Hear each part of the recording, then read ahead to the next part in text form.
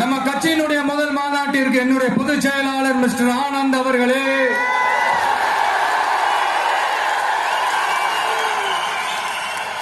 பொருளாளர் திரு வெங்கட்ராமன் அவர்களே,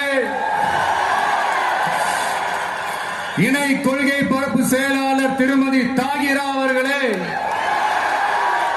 தலைமை நிலைய செயலாளர் திரு ராஜசேகர் அவர்களே. ஆமா, எதுக்கு இங்க இந்த அவர்களே அவர்களே இவர்களே எல்லாம்?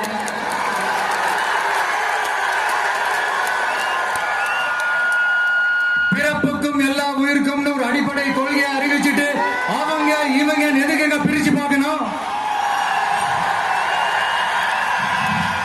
மேடையில இருந்தாலும் சரி, மேடைக்கு முன்னாடி இருந்தாலும் சரி, இந்த நான் நீ நாங்க நீங்க அப்படி